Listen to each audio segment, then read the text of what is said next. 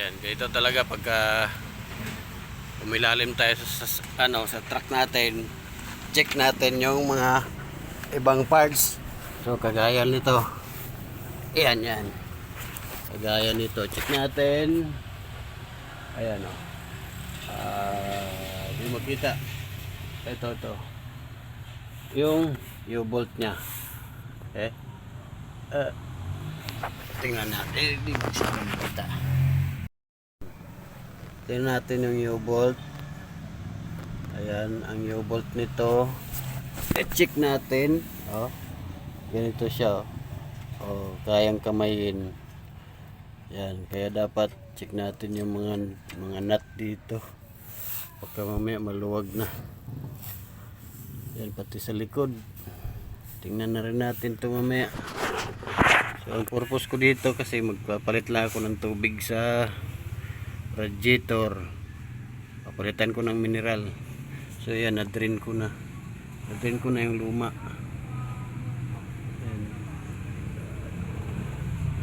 Tingnan na lang natin yung mga ibang mga nut, baka maluwag din ang iba.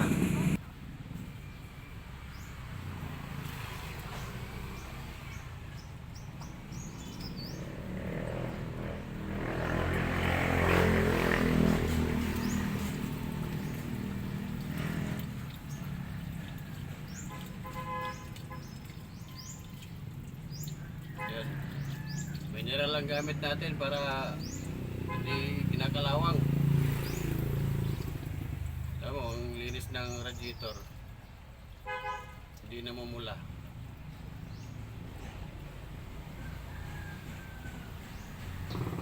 Yan. Tapos, panta rin natin para umikot yung tubig kasi dito lang yan. Pag nilagay natin, dito lang yan. Kanina, dito rin ulat yan. Wala talaga natira yan. Bukas doon, pinaandar ko sa glade para bumuga yung natitirang tubig. So yun, paandarin ulit natin tapos dagdagan ulit ng tubig. Yeah.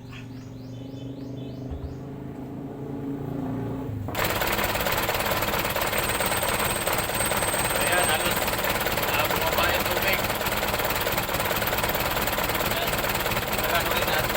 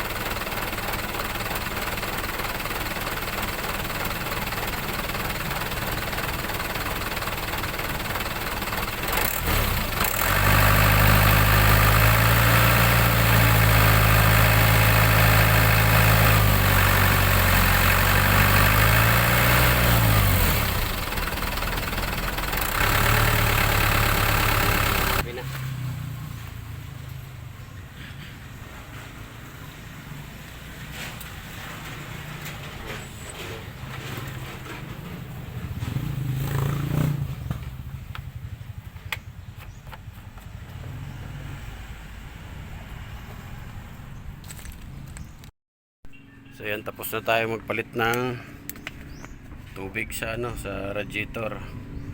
So chinik ko kanina yung sa niya, power steering. Yung niya, ETF. So masyado mababa na, so nagdagdag ako. Ayan, puno na siya, puno na. Ayan, marami na. Kanina sobrang baba, halos di na makita. Yun lang. Tapos yung U-bolt, naigpitan ko na rin. Kanina kinamay-kamay ko lang kasi sobrang lambot. sobrang luwag. So yun, okay na to, pwede na tong ibiyahe uli. So yan, nabuksan ko rin dito sa gilid, sa dashboard nya. Andito yung para sa wiper. Yan, sa wiper na tubig. Yung pag bumuga ng tubig doon, ano siya. So walang laman. So dagdagan na rin natin ng tubig. Mineral na rin ilagay natin. Pero mas maganda sana haluan to ng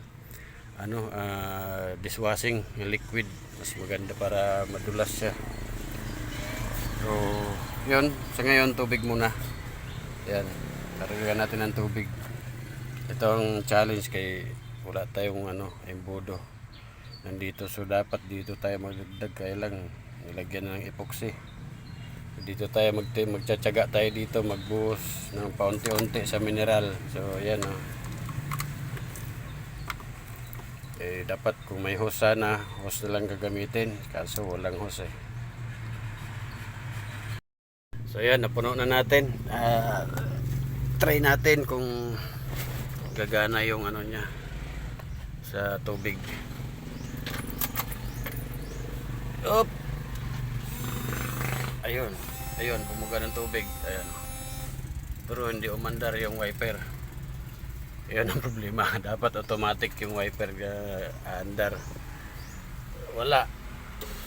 May problema to sa niya siguro, sa wiring. Kasi itong truck na to, pag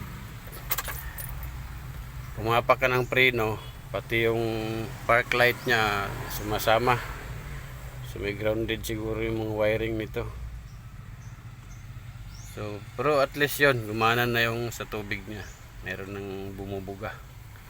Kahit papano, kasi malaking tulong yan pagka maulan na, yung paunti-unting ulan lang na hindi talaga buhos, masyadong madumi yung yung windshield mo dyan. So yan, okay na.